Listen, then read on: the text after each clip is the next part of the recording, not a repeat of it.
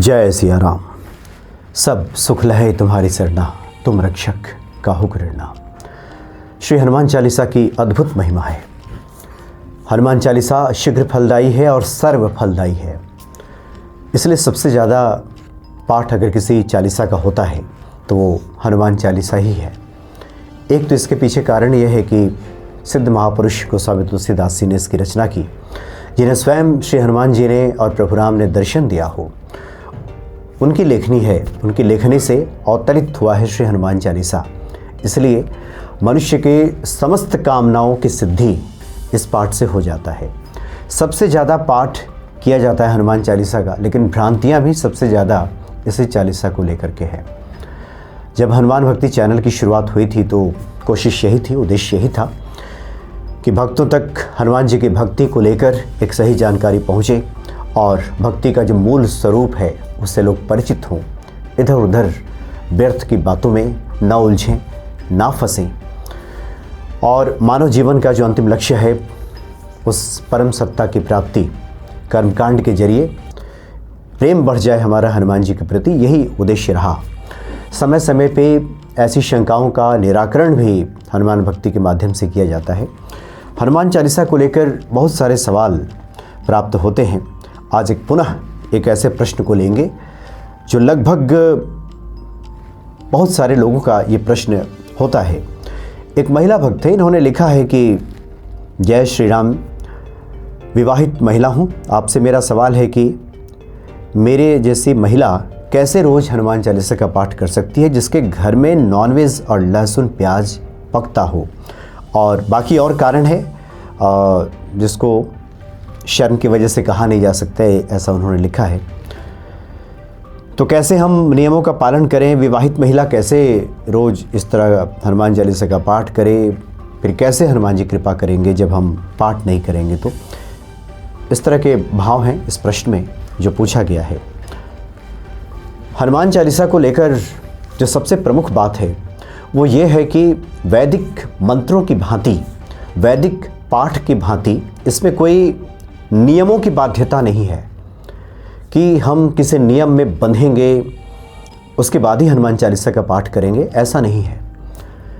यह वैदिक मंत्रों से बिल्कुल अलग है, इसलिए जन सामान्य में, सर्व सामान्य में सुलभ है और सबसे ज़्यादा लोग इसका पाठ करते भी हैं। हम नियमों का पालन करें ये आवश्यक है, ठीक है, अगर नियम के पालन हो रहे हैं तो बहुत अच्छा है। खास करके जब हम कोई अनुष्ठान करते हों, विधि पूर्वक अगर हमने कोई प्रण लिया है, 11 दिन, 21 दिन, 41 दिन का अनुष्ठान कर लिया है, तो उस अनुष्ठान का जो नियम होता है उन नियमों का तो पालन करना ही चाहिए।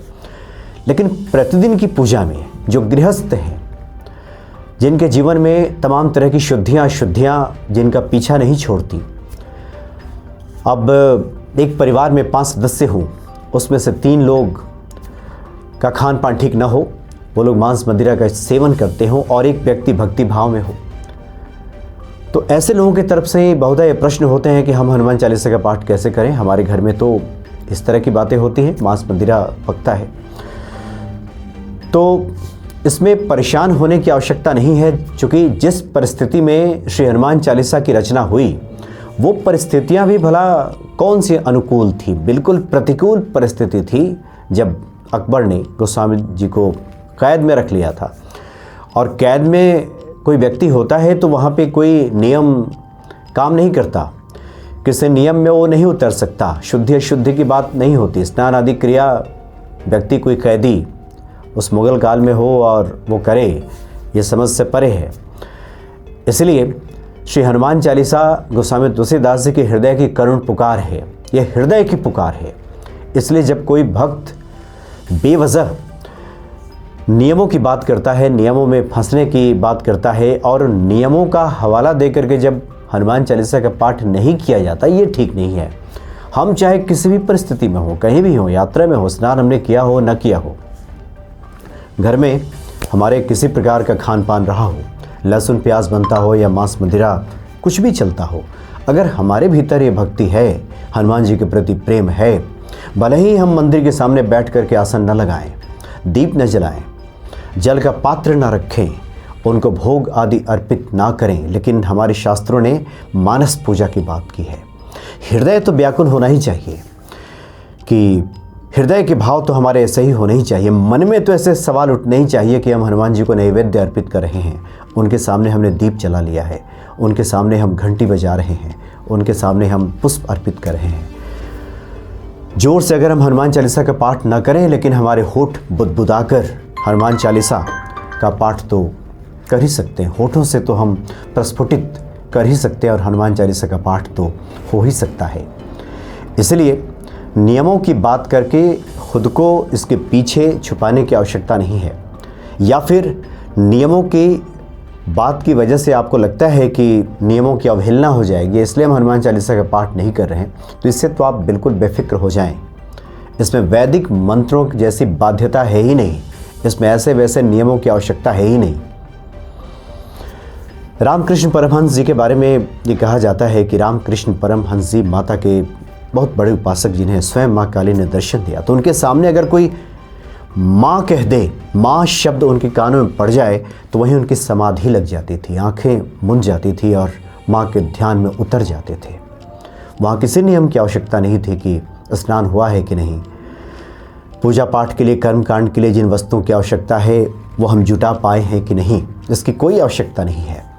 इसलिए अगर आपको हनुमान जी के प्रति प्रेम है, और होना भी चाहिए, क्योंकि इस कलयुग में एकमात्र श्री हनुमान जी ही हैं जो संकटों का निवारण कर सकते हैं, और उनके प्रति हमारे भाव अगर हृदय में उठ रहे हों तो कहीं भी बैठ जाए, चलते फिरते उठते बैठते, होठों से भले ही उच्चारित ना हो रहा हो, मन ही मन हनुमान चालीसा का पाठ हो जाए, ये भी काफ़ी है। जिन महीना भक्त ने लिखा है कि उनके घर में ऐसा कुछ होता है, होने दीजिए जहाँ हो रहा है।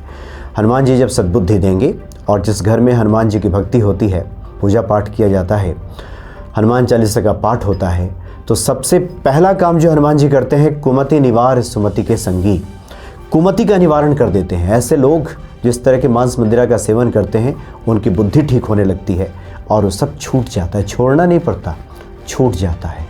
छोड़ने के बाद तो व्यक्ति पुनः हो सकता है कि उसके तरफ अग्रसर हो जाए, आकर्षित हो जाए, लेकिन जब स्वतः छूट जाता है हनुमत प्रेरणा से, ऐसी प्रेरणा मन में जगती है, हृदय के भाव कुछ ऐसे हो जाते हैं। और हनुमान जी की जब भक्ति बढ़ती है, भक्ति का एक लक्षण ये भी है कि प्रत्येक जीव में उसी ईश्वर का दर्शन जब होने लगता है तो फिर मांस भक्षण स्वयं ही समाप्त हो जाता है, उससे व्यक्ति खुद ही दूर हो जाता है। इसलिए इसमें घबराने की आवश्यकता नहीं है। जो भी परिस्थितियां हनुमान जी ने आपके लिए निर्मित की है, उसी परिस्थिति में हनुमान चालीसा का पाठ करें। अलग से परिस्थिति निर्मित करने की आवश्यकता नहीं है। परिस्थितियां अनुकूल या प्रतिकूल करने का जिम्मा हनुमान जी का है, उन्हें करने दें। परिस्थितियां अनुकूल कर लें चाहे प्रतिकूल कर दें, हर हाल में हनुमान चालीसा का पाठ चलता रहे, उनका सुमिरन होता रहे। सुंदरकांड में श्री हनुमान जी स्वयं कहते हैं कि प्रभु राम से वो कहते हैं कि क्या हनुमंत विपत्ति प्रभु सोई, जब तब सुमिरन भजन न हुई। हनुमान जी कहते हैं कि मनुष्य के जीवन में विपत्ति तभी आती है जब आपका सुमिरन नहीं होता। सुमिरन का अर्थ है सुमिरना, याद करना, स्मृति बनी रहना, हृदय में गड़ जाना।